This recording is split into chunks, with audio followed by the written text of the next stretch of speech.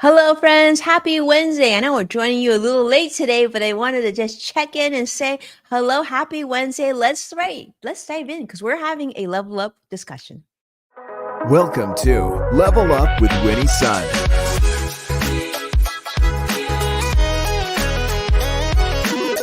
Market update. Speed round. Award-winning financial pro. And now, get ready. I present to you Level Up with Winnie Sun.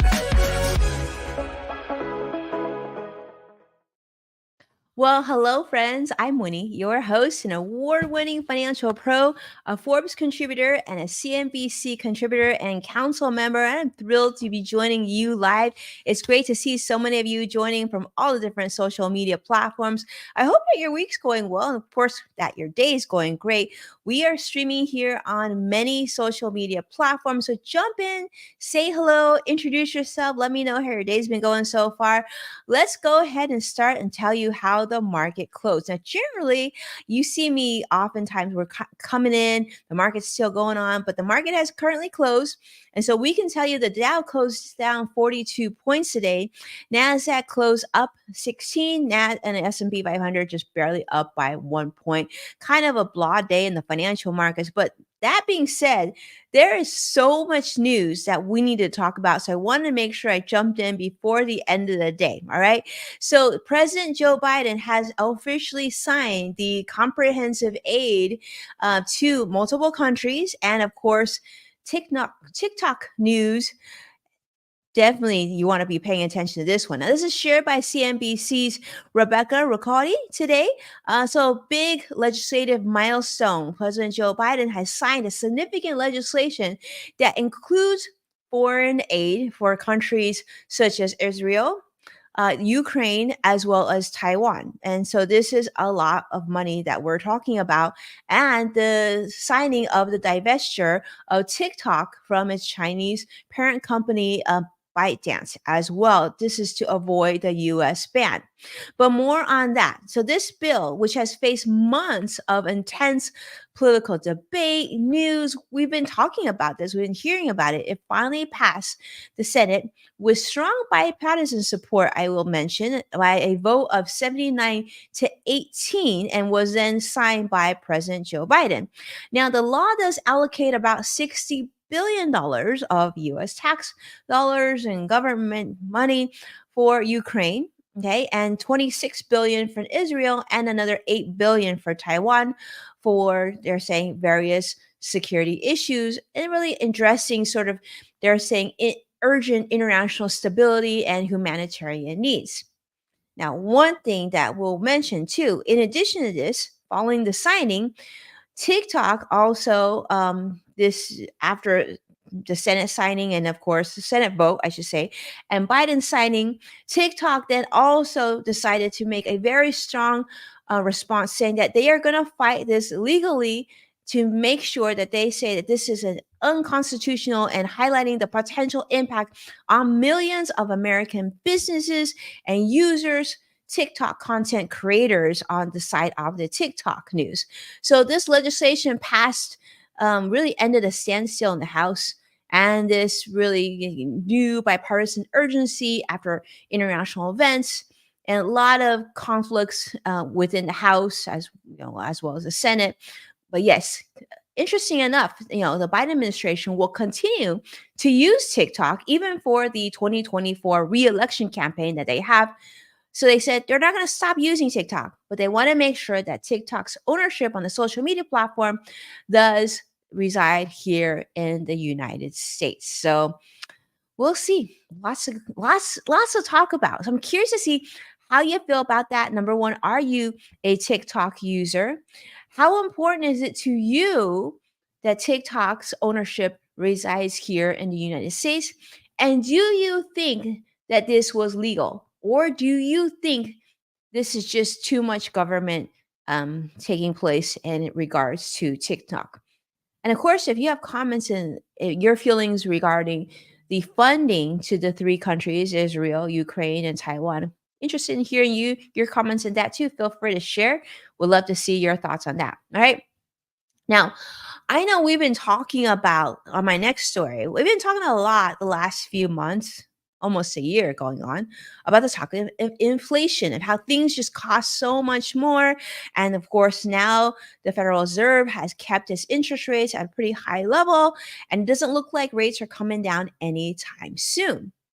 But there was a article today that came out from someone that I know, Jeff Cox at CNBC, talking about how, believe it or not, higher interest rates could be a good thing. So I want to get your take on it and see how you feel about this, right? So obviously, when we're talking about higher interest rates, that also relates to higher mortgage rates, higher borrowing rates, higher credit card interest rates as well, right? And if you're looking to purchase a vehicle, it could be higher car loan rates as well and everything else. Well, Jeff has written that despite concerns, the US economy, of course, continues to remain very, very strong. Lots of growth. We've been seeing some great earnings come from many of the companies that have reported thus far this quarter. But inflation still continues to be an issue, hovering around 3%, which is above the Federal Reserve's target of 2%. Now, you might say, well, it's only 1%. How much of that? That's actually quite a bit. So the Fed has now continued to maintain higher interest rates, and it doesn't look like they're going to come down anytime soon. In fact, Federal Reserve Chairman Jerome Powell indicated that these cuts probably aren't going to be likely anytime soon, and that there's even a possibility of further hikes if inflation doesn't come down even more so. Now, you might think, well, okay, but what about those of us who want to buy a home or who are paying credit card debt or student loan debt? Like, what about us? Well, they're saying that, well, even with higher interest rates, a lot of people are still benefiting. For example, even with the recent 5.5% sell-off on the S&P 500, the overall financial markets have remained relatively stable, which suggests that, there's people are going to be okay in terms of if you're investing, that you're okay and companies are doing all right and perhaps employees are doing all right and there's maybe a broader story here. But nonetheless, historically high interest rates have not always led to economic downturns. So that's some positive news. So it could be a story of pain today or better tomorrow.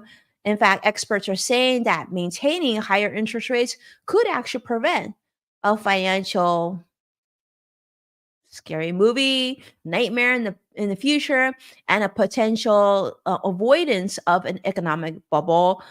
So this could lead to better days in the future instead of severe recessions that could be negative for all of us, right? So maybe a little pain today for a little bit better tomorrow. I don't know, but I'm curious to see how you feel about that.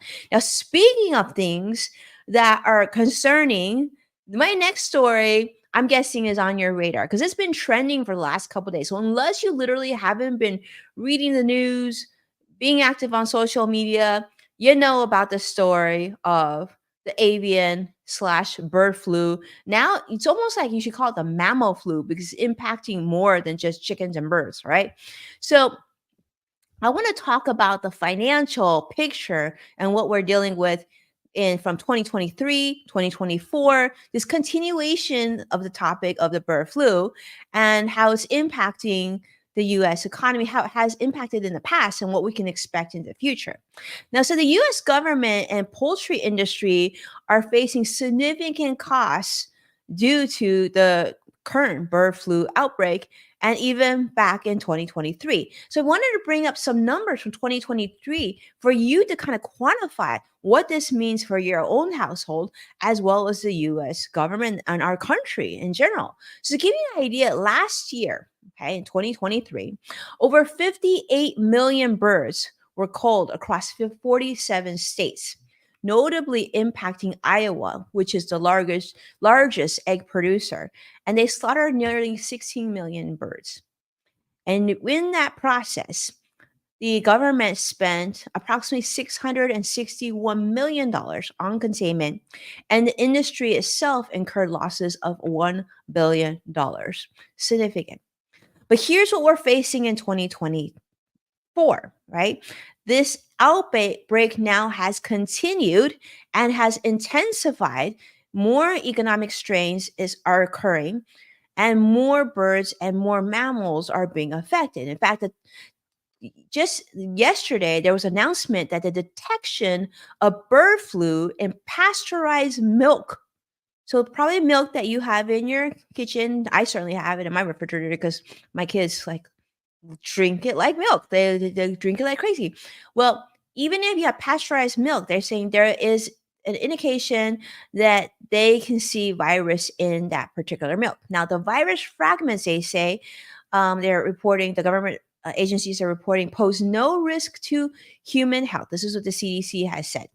And the presence in milk from dairy cows has led to now a new mandatory testing measure for dairy cattle moving between different states.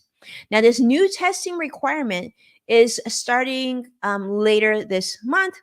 And in fact, all dairy cattle must now be tested for bird flu. So I don't even think you should be calling it bird flu anymore because now it's in cows. So it's just, but I guess it started with the birds. So bird flu before interstate movement. And they're really trying to better understand and control the virus's spread. So now, currently, only 2 human infections have been noted, and the CDC is actively monitoring 44 individuals who have exposed to these infected animals. But they're saying the risk to humans, you and I, are still relatively low. But to give you an idea of how much of an impact this has had so far, in 2024. And mind you, we're still in April. The outbreak has led to the culling of over 90 million birds here in the United States, significantly affecting poultry production and potentially contributing to, of course, increase in costs of prices. I mean, it wasn't that long ago. Remember when you couldn't get eggs? You had to drive all over the place trying to find eggs. And when you could find them, you were limited how many eggs that you could buy, and the prices were so high. Now, in terms of cows, though, the bird flu has now been detected in nearly 3 dozen herds across 8 different states. So this situation is now way beyond just chickens and eggs. It's now also going into dairy cattle, and it's being shown to show up in pasteurized milk as well. So it's big. And most importantly, how is it going to impact you and your household? Maybe it could impact on you on the things that you're consuming and eating, and maybe it'll also impact your wallet and your household budget because maybe these are some things that you and your household, like my household, consume on a regular basis, right? So things to be paying attention to. Make sure to stay on top of the news. I'll definitely update you on that as well and continue to give you more developments on that. But certainly, based on the trajectory of what we're seeing right now with chickens, with eggs, and then now, of course, with cows and milk, I think it's reasonable to expect that your grocery bill is probably going to be going up relatively soon if it hasn't already. And you might even see some supply chain issues as well. So things to pay attention to. Now, speaking of things to pay attention to, my next story is one I think that will probably make you a little happy. All right. This is one that has been shared on many different outlets, but I'm going to go ahead and share one that I read, which is from the Point Sky. And this was in a great article by Sean talking about the automatic refund enforcement if you're traveling by air, you're flying on a plane, and there's been a significant delay. Well, guess what? You are now going to be able to get your refund relatively seamless. This is great. I love this. So, new regulations specify that says that if you've had a significant change, including delays of 3 hours or more for domestic flight and 6 hours or more for international, well, you're going to have to make the airlines have to now automatically refund you your money because of the delay. In fact, airlines must now also disclose all extra fees like baggage and change fees upfront to you during the booking process when you book your flight. And they want more transparency for when you book your next travel. Now, if you pay for services such as Wi Fi or baggage costs, right, and things fell short, well, you are now also do a refund from airlines. Airlines are now required to issue refunds, and they're required to improve their accountability. And so, to give you an idea of how much we're talking about, this is projected to save travelers here approximately $500 million a year by preventing these hidden fees and just ensure that you are fairly compensated when the service doesn't match up to what you're promised and to what you pay. So service failures now are going to be hopefully an automatic and easy refund back into your wallet. So most of these rules are expected to be fully implemented by late October, which I thought it was interesting because given that many people travel during the summer, I would have liked to see this a little bit sooner, but I guess it takes airlines some time to get their systems to make sure that they refund you promptly. I think it should be done quicker. That would be so much better. Though some say that this takeover could take over this changeover could take up to a year to become noticeable to travelers here. But nonetheless, our airlines in America are emphasizing, of course, their commitment to transparency. You've heard that story before, but we really want to see this take place. And I think this is great news. Let me know how you feel. Let me know what your next travel will be. I don't know about you, I love that idea. I mean, if you're stuck in an airport for over 3 hours domestically, and like you're stuck in a city that you're trying to get back home, someone's got to be accountable though. And I love that this is automatic. Instead of having to get on the phone, send emails, show justification of the delays and having things go back and forth and getting flight credits instead of a refund. Now, to make this seamless, I think this is a beautiful thing, and I love this news. And I'll continue to keep you updated on all things business finance. For thank you so much for being a part of today's sort of afternoon edition of Level Up. And it's great to be here with all of you. Do me a favor, hit that like button and subscribe to stay updated on all the latest content. And of course, to watch full episodes of Level Up with Winnie Sun, don't forget to check out NASDAQ, Amazon Fire, Samsung, LG, Roku, and many other streaming platforms. And for those of you who are sharing the show, thank you so much for tagging at Winnie Sun to show your support. I am truly, truly grateful. A big shout out this week to Joshua for doing so, and many others. We've seen that. We're going to definitely be shouting you out on a future episode. Of course, to check out, listen to Yes Factor with Winnie Sun, which is a podcast on Apple Podcasts or any other place that you listen to podcasts, and it's produced in conjunction with the LinkedIn Podcast Network. With that, be well, take care. I'll see you again very soon. Take care now. Bye bye.